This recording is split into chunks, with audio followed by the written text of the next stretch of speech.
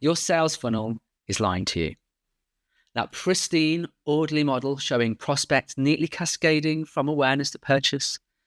It's a fantasy that's costing you customers and revenue in 2025. If you talk to a sales team, they're likely to be constantly stressed with the idea of how slowly deals are moving through the point of sale. Let's look at why the whole idea of a funnel is outdated and what should take its place. I've been working with funnels in one form or another for 25 years. The importance of managing your funnel has been drilled into me since I started working in the CRM space at the turn of the millennium. CRM systems often contain similar concepts.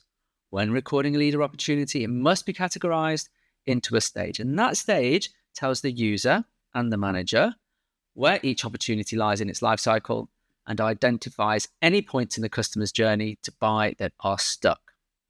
Woe betide a salesperson who has a blockage of deals all at the same stage. That would be bad pipeline management, and if you can't explain why, well, you might be in the sales director's office sooner than you'd like.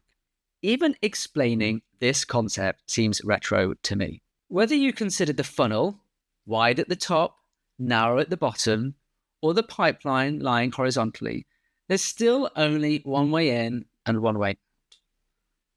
Well, that's not strictly true, of course. If a deal is lost, they get expelled from either, catapulted into the ether of failure. The thing is, we, as purchasers, do not act in a simple, linear manner, and thus the fixed structure of the funnel is flawed. Everything about our lives has changed in recent years. Consider how working from home affects how we live. Despite some companies' desire to have a return to the office, there are plenty of people who simply will not countenance this. Some firms are making a move to a 4-day working week. A large part of our lives are spent online. We buy things online that we just couldn't before, and that can also be done directly from the manufacturer in a different country, avoiding the unnecessary middleman and their markup. We don't even want to go to the corner shop. We want to get an Uber driver or Deliveroo person to get it for us. We have choice. Buyers are savvy and they'll choose based on their specific need. Now, given a choice between convenience and higher cost, sometimes the convenience wins the decision. Don't think this isn't happening with business buying decisions. Our B2B Buying Decisions Report 2025 showed a current preference for good fits for product specification and budget conformity way over suppliers' corporate values and awards, something that has been emphasized in content over recent years. I would love it if human beings were more straightforward in their behavior. Indeed, it would make sales and marketing much simpler. I see plenty of marketing sequences, particularly email follow-up automation, that assumes that a customer must want information in a certain order released with authority by the vendor. And I'm sure plenty of them work.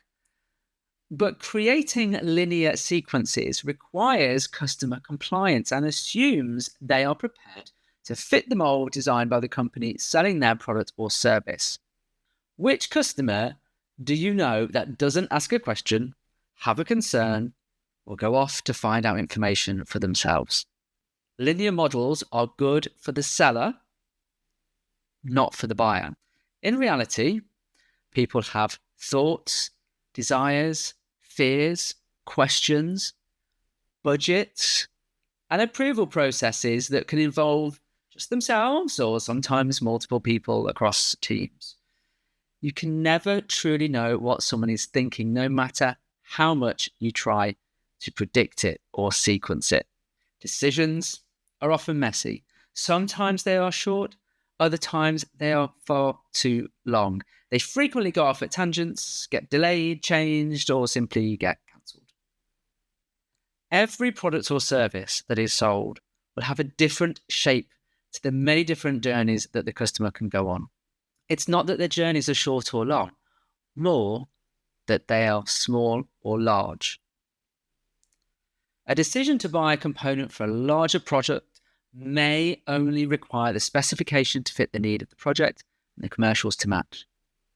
And again, a new infrastructure project to replace devices on an IT system may involve proof of concept, system requirements to be met, compatibility assessments, tenders, case studies, and more. When we designed our JourneyWeb methodology, we mapped customer journeys that looked less like funnels and more like spider webs, branching, interconnecting, doubling back, and sometimes leading to surprising destinations that traditional models never account for. And in plotting different journeys for different sectors and businesses, sometimes the routes are small and relatively simple, and other times they are complex and take a lot of space. Our processes account for this, and displaying it visually can be a challenge. Fortunately, we have software to allow our clients to navigate it so they can keep track of what a customer needs and when.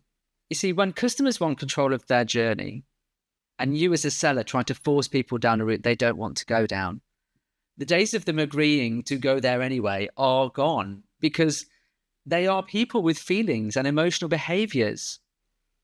Customers will stop, assess, and if necessary, do an about turn to get back on track where they feel more comfortable. And there's only so much you can do about that. You can influence, but you can't dictate. A whole different approach is needed if you're to capture and keep potential customers in 2025. Now is the time to ditch the funnel and replace it with something that's more modern and appropriate to how people really buy. Now, I'd love to tell you more about our JourneyWeb methodology and show you how this can replace the funnel. We'll put a link here so you can find out more about it. But first, consider taking our scorecard to find out how well you know your customer's journey. I'll also put a link in this video so you can get started. I miss you.